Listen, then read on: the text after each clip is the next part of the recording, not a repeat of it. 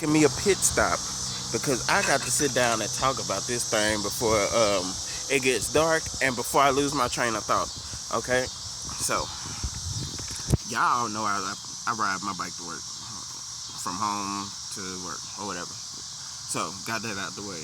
But what just I thought about was, and this is just me going in depth with this saying, but have y'all ever heard of the term misery likes company, misery loves company? And so I was just thinking, like, that is so true. Like, after a while, like, miserable people don't want you to be happy around them.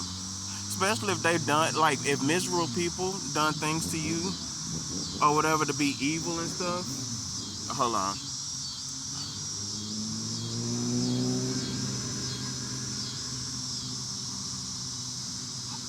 Okay. So like, let's say if you got some haters, right?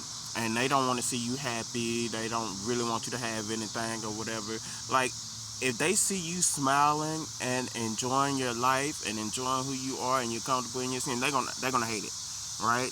They're not gonna like it, and because they're looking at their life and like they can't they don't have it's certain areas in their life they don't have control over. So they project that stuff out on you. But soon as you like get the feeling walking around with your head down and woe is me, then they feel they celebrate that because they don't want you to be happy either. Even though they still miserable, they just happy to have some company. Because how dare you have joy and everybody else, you know what I'm saying? And I got the whatever, you know? Boom. And so I'm just digging deep into it. I'm like, not only does misery like company, hold on because it's loud, but not only does misery enjoy company, but if you hang around miserable people long enough, then you'll be miserable. If you hang around people who are depressed long enough, you'll end up being depressed. If you hang around a whole bunch of single people, then you're gonna be single. If you hang around a whole bunch of hoes, then you're gonna be doing some hoe shit.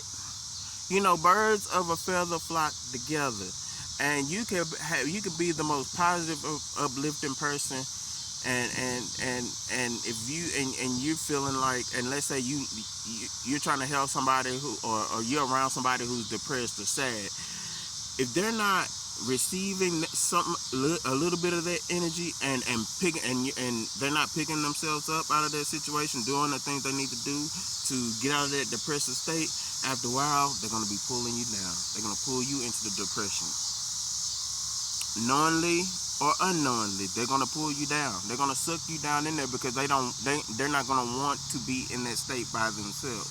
So you have to be I'm thinking like Marcus. You have to be mindful of the company that you keep, because if you keep hanging around certain people over a length of time, then you're gonna become that, or people are gonna start associating you with that. People are gonna start associating you with certain type of behaviors of the company that you keep. And that's just the revelation that I got or whatever.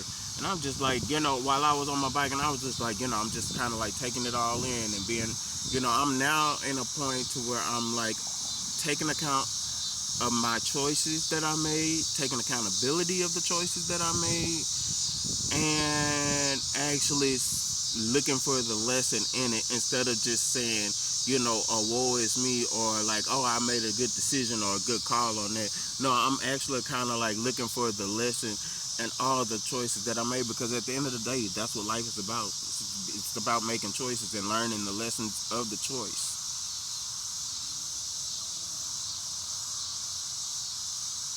And then the true test is when it happens again, or when the situation happens again, will you actually implement the tools and the knowledge and the things that you learned from the lesson prior to pass that test on the second go round, on the second cycle? So that's it. Bye.